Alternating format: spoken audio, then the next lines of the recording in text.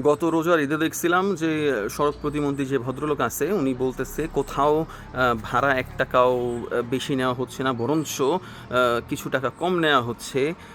আর কোথাও যদি নেওয়া হয়ে থাকে সে ব্যাপারে আমাদের জানান, আমাদের দেখান, আমাদের বলেন, আমাদের কমপ্লেন করেন, আমরা ওইখানে যেয়ে ব্যবস্থা করব। এখন পর্যন্ত গত ঈদের কোনো ব্যবস্থা হয় নাই। যারা যারা ব্যভিচারে টাকা নিয়েছে, অতিরিক্ত টাকা নিয়েছে, ভাড়া নিয়েছে, হ্যাঁ, করছে। তো এবছরও দেখলাম তারা রাস্তায় নাইমা বলতেছে কোথাও 1 পয়সা বেশি নেওয়া হচ্ছে না, ইনফ্যাক্ট 4-5 টাকা কম নেওয়া হচ্ছে ভাড়ার মধ্যে। আমি এখন পর্যন্ত কোথাও পাই নাই কোনো জনগণ, সাধারণ জনগণ রাস্তায় নাইমা বলে নাই যে ভাই আমি গতবার গেছিলাম এইখানে 10 টাকা ভাড়ায়, এখন তারা 5 টাকা নিতেছে।